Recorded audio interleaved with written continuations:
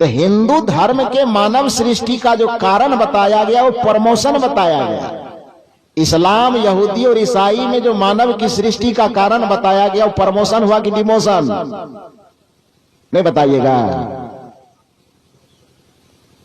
इधर वाले का प्रमोशन और उधर वाले का डिमोशन। ये नीचे से ऊपर जा रहा है और वो ऊपर से नीचे आ रहा है। तो ऊपर से जो उसको नीचे भेजा जा रहा है, तब उन्होंने खुदा से प्रणाम करके हाथ जोड़ के विनती करके पूछा कि हे खुदा, मुझसे तो गलती हो गई और उसकी सजा आपने दे भी दी, लेकिन मुझे डिमोशन करके आप नीचे भेज रहे हैं, तो फिर यह बताइए कि फिर वहां से हम प्रमोटेड होकर के प्रमोशन लेकर के ऊपर कैसे आ गए? बात समझ में आई? तो स्वर्ग की जरूरत किसको है? स्वर्ग की जरूरत किसको है? श्राद्ध कौन करवाता है?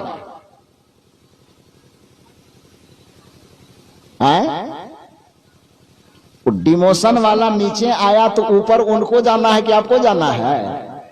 श्राद्ध कौन करवाता है? पंडित जी से। जिसका धंधा है वो बेचारे को श्राद्ध से कोई मतलब नहीं है। अब जिसका वो खाता खेसरा में स्वर्ग है ही नहीं, वही स्वर्ग के लिए इतना बौखलाता है। ये पिंड डालो, वो पुण्य डालो, ये पूजा करो, वो पाठ करो, ये बर्तन लाओ, ये खटिया लाओ, ये तकिया लाओ। और ये यदि संत महापुरुष ये मना करते हैं कि ऐसा नहीं करना चाहिए, धौ तेरी के कबीरपंथी सब कुछ मानबे नहीं करे छे, सब परंपरा के खिलाफे चले छे। कैसे भाई?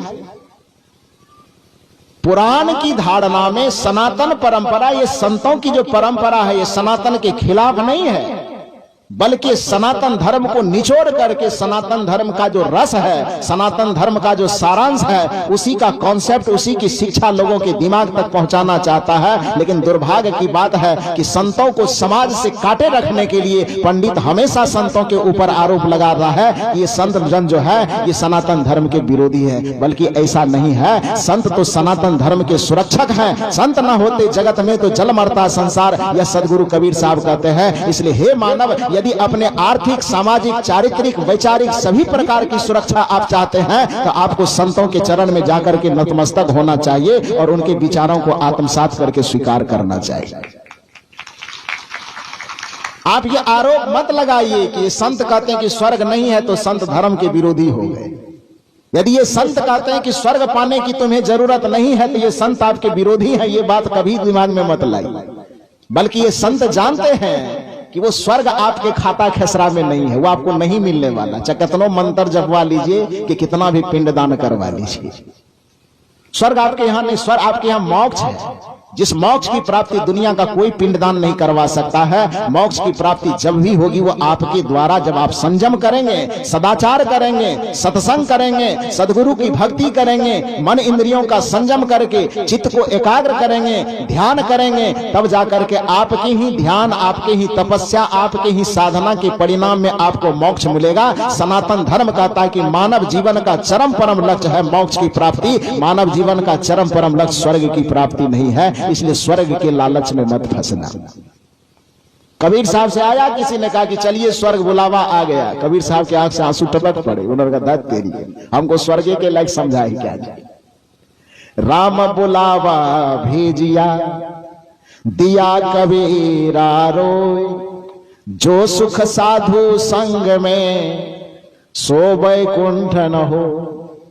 वो कहते हैं कि आपकी धारणा में कोई वैकुंठ, कोई स्वर्ग, कोई फलाना है, वो मुझे नहीं चाहिए। क्योंकि जो सुखी सत्संग में है, साधु की संगति में है, भक्ति में है, मन इंद्रियों के संयमन में है, वो आपके द्वारा माने गए स्वर्ग में वैसा सुख नहीं चाहिए। वैसा सुख मुझे सत्संग चाहिए, सद्भक्ति चाहिए, मुझे गुरु चाहिए, मुझे इस प्रकार का सत्संग का माहौल चाहिए। और ये जहां पर है उसी जगह पर स्वर्ग है।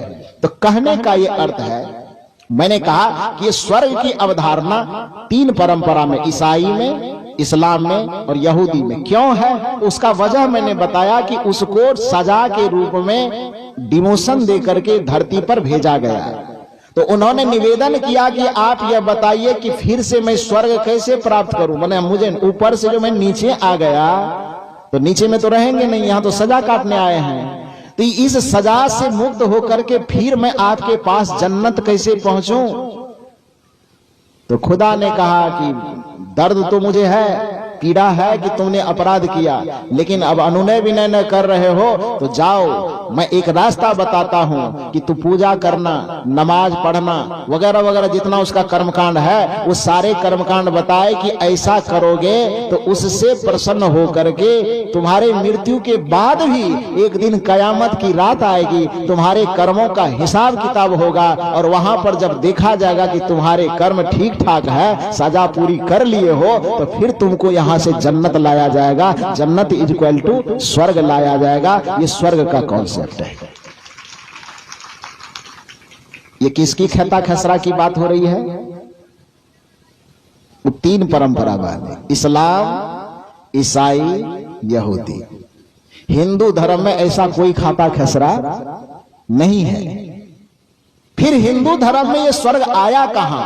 तो चूंकि पंडित लोग नकल करने में इतने माहिर हैं, उसको संतों का ज्ञान, मोक्ष का कॉन्सेप्ट, बुद्ध, कबीर, महावीर इत्यादि का ज्ञान नकल करने में उसको अपना धंधा चलता हुआ दिखाई नहीं दिया। उसे लगा कि मोक्ष करने के लिए इसे कहेंगे ध्यान करो तो इसमें हमारी कमाई कैसे होगी। इसे कहेंगे कि मोक्ष की प्राप्ति के लिए आपको मन इंद्रियों का संयमन करना है, सत्संग नित और ध्यान नित रहिए, करत संलग्न हो, व्यभिचार, चोरी, नशा, हिंसा, झूठ तजना चाहिए। तो ये फार्मूला बताएंगे तो इसमें खटिया कहां से आएगा, तकिया कहां से आएगा, बर्तन कहां से आएगा? गजब बात है। कोई भी पूजा पाठ, कोई भी मंत्र विधान, यज्ञ हवन कुछ भी बनाता तो उसमें एक धारणा उनकी रहती है कि इससे हमारी आमदनी कैसे बढ़े। एक बात मैं सच्ची घटना बता रहा हूं। अभी शायद इसी अगस्त महीने में मेरा कार्यक्रम हुआ जमुई जिला में, जहां भगवान महावीर की जन्मस्थल ननिहाल स्थली मानी जाती है, पहाड़ है कोई, तो उस जगह पर मैं देखने वगैरह भी गया था। तो उसी जगह कार्यक्रम हुआ, तो उसमें एक कार्यक्रम हुआ हनुमान जी की मूर्ति की स्थापना के लिए। उस गांव के एक कोई धनी व्यक्ति थे, उसके मन में कोई कामना होगी कि हमको ये पूरा होगा तो हम हनुमान जी के मंदिर बनाएंगे। मंदिर बना दी गई, मूर्ति भी राजस्थान से संगमरमर का खरीद करके लाया गया। ठीक है, उसमें बुलाया गया मुझे कि साहब मूर्ति स्थापना कर रहे हैं, आपको सत्संग करना है। उनका ठीक है, वो भी हो जाएगा। सत्संग करने के लिए गए। उसके बाद सब चीज ठीक हो रहा था। पंडित जी को लगा, पंडित जी आए, प्राण प्रतिष्ठा होगा ना। ये भी बात गजब नहीं समझ में आती है कि लोग कहते हैं कि भगवान इंसान को प्राण देता है, लेकिन ऐसा गजब धंधा चलता है कि वो इंसान कहलाने वाला भगवान को भी प्राण देता है। ये समझ से परे लगता है। और समझ से ये भी परे लगता है कि एक राजस्थान से पत्थर की मूर्ति लाई गई तो उसमें वो प्राण देगा, लेकिन उसी पंडित का यदि बाप मर जाएगा, मां मर जाएगी, बेटा मर जाएगा, बेटी मर जाएगी, तो छाती पीट करके रोएगा, वो झोला में से प्राण निकाल के उसको नहीं दे सकता है। और यही बात यदि कहा जाए तो कहते हो कबीरपंथी सब तो पंडित के विरोध करे। क्यों विरोध करेंगे? मेरा खेत जोते हैं जो विरोध करेंगे, घर उजारे हैं।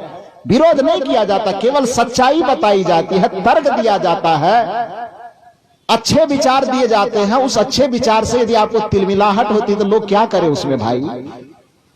तो वहां पर उसको लगा कि ये सेठ है, इतना कीमती मूर्ति लाया है, इतना बढ़िया मंदिर बनाया है, तो यही मौका है इससे थोड़ा पैसा पेमेंट ज्यादा करवाया जाए। इस लिहाज से उन्होंने कहा कि जजमान इधर आइए, मूर्ति जो स्थापित होगी कल प्राण प्रतिष्ठा होगा। कहां? तो आज मूर्ति लाए हैं कि विधान यह कहता है कि इस मूर्ति को ऐसे न रखा जाए, तब का इस मूर्ति को रखने के लिए इसको अनाज से ढक करके रखना पड़ेगा। ये कहानी में नहीं कह रहा हूं, ये घटना बता रहा हूं। कहां का? जमुई जिला का।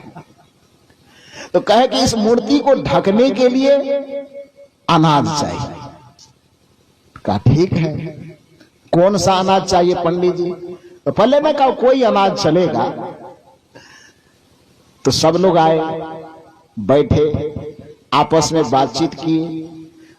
पूरा समाज के लोग बैठा कि ऐसे ऐसे पंडित जी का कहना है कि मूर्ति को ऐसे नहीं रखना, जब शगुन होगा तो इसको अनाज से ढकना है। तो क्या करें? तो आपस में सब लोग विचार किया कि पूरे गांव का तो भंडारा कल है ही, है ना? तो कहा हाँ क्या क्या विचार है? कहा और तो जो विचार है ही, चावल दाल सब्जी ये सब तो बनेगा ही। तो बोला चावल जो है कौन चावल खिला रहे हैं? कहा बासमती वाला चावल।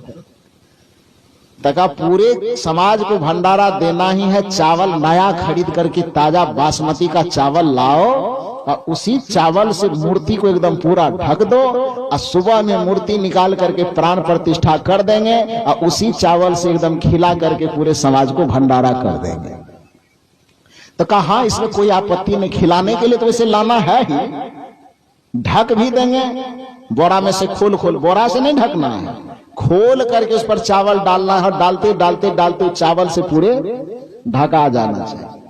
तो इसके लिए कहा ठीक है इसमें कोई आपत्ति नहीं, कल वैसे भी खिलाने के लिए खरीदना था ही तो खरीद लेंगे और ढक देंगे। बस गया, फिर इधर से पंडित जी को बुलाया, कहा पंडित जी एकदम आपकी बात फाइनल हो गई, अनाज से ढकना है, हम लोग ऐसा ऐसा विचार किए हैं, चावल लाएंगे ढक देंगे और कल उसी चावल को भंडारा करके सब लोगों को खिला देंगे। अब पंडित जी को लगा तो मामला तो उल्टा हो गया। जुगाड़ लगाए थे अपना, ये तो भंडारे में चला जाए। तो बेचारे की हवा उड़ गई। उसके बाद फिर बुला करके कहते हैं देखिए, आदमी को झटका लगता तो कुछ समझता है ना। बुलाया, 1 घंटे के बाद फिर बुलाया और पंडित जी कहते जजमान इधर आइए। और सब तो बात ठीक है लेकिन एक बात विपरीत हो रहा है। कहा क्या हुआ? का लगन यह पतरा यह बता रहा है, विधान यह बता रहा है कि मूर्ति को चावल से नहीं ढक सकते, उसको गेहूं से ढकना पड़ेगा।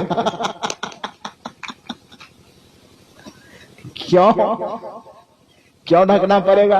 क्योंकि उसे लगा कि चावल से यदि ढकेगा उसको तो चावल तो खा जाएगा, उतना गेहूं से ढकेगा तो गेहूं खाएगा नहीं ना, और नहीं खाएगा तो भगवान पर चढ़ा हुआ गेहूं तो अपने घर जाएगा। तो उन्होंने कहा जजमान इधर आइए, नहीं चावल से नहीं ढकना, विधान यह कहता कि गेहूं से ढकना पड़ेगा।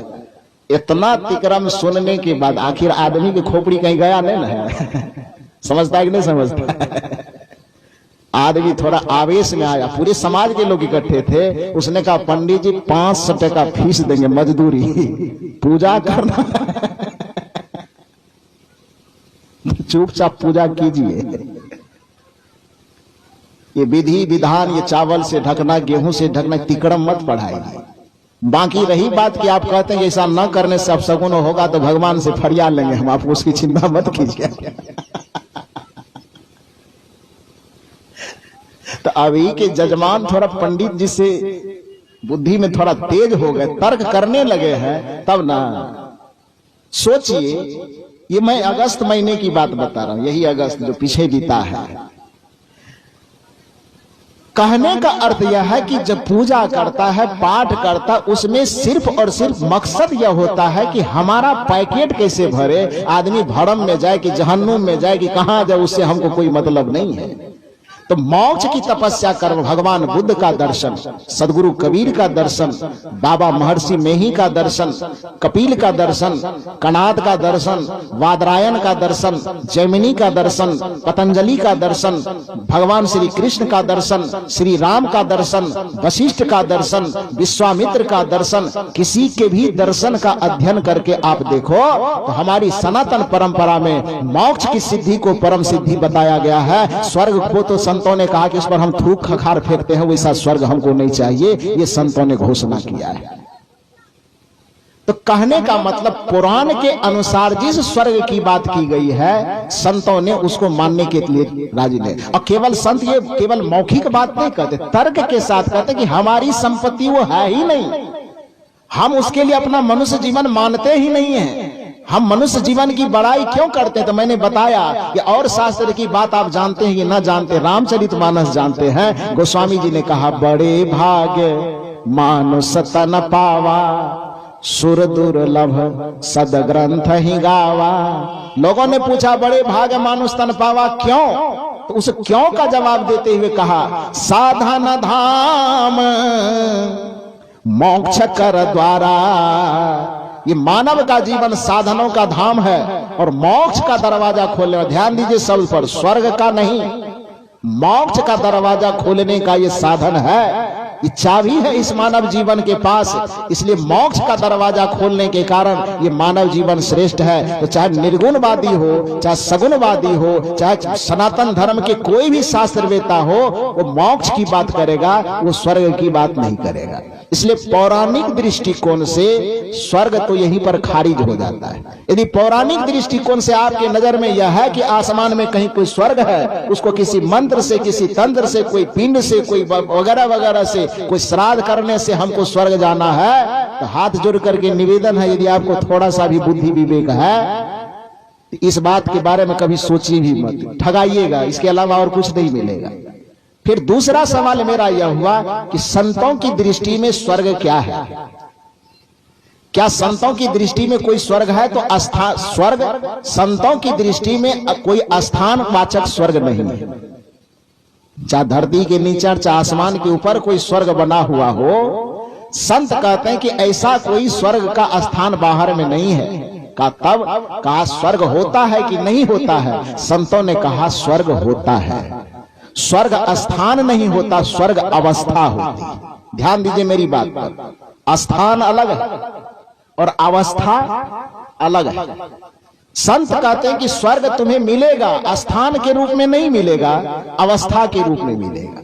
हमारे चित्त की तीन दशा, और तीनों दशा में तीन चीज छिपा हुआ है। यदि हमारा चित्त वासना से, मलिनता से, बुराई से भरा हुआ है, तो हमारे चित्त ही हमको नरक प्रदान करेंगे। हमारे चित्त में यदि कोमलता है, प्रेम है, दया है, क्षमा है, संवेदना है, सुशीलता है, सदाचरण है, तो हमारा चित्त ही उस परिणाम में, उस शील सदाचरण के परिणाम में, साधना संयम के परिणाम में, दया क्षमा प्रेम और करुणा के परिणाम में, उस सद्गुणों से भरा हुआ चित्त ही हमारे लिए स्वर्ग की उत्पत्ति करेगा। और यदि ध्यान करके, गुरु से युक्ति प्राप्त करके सद्भक्ति करेंगे, जिसको मेही बाबा ने कहा, अहो भगत सार भगति करो हो, असार भगति नहीं, सार भगति का।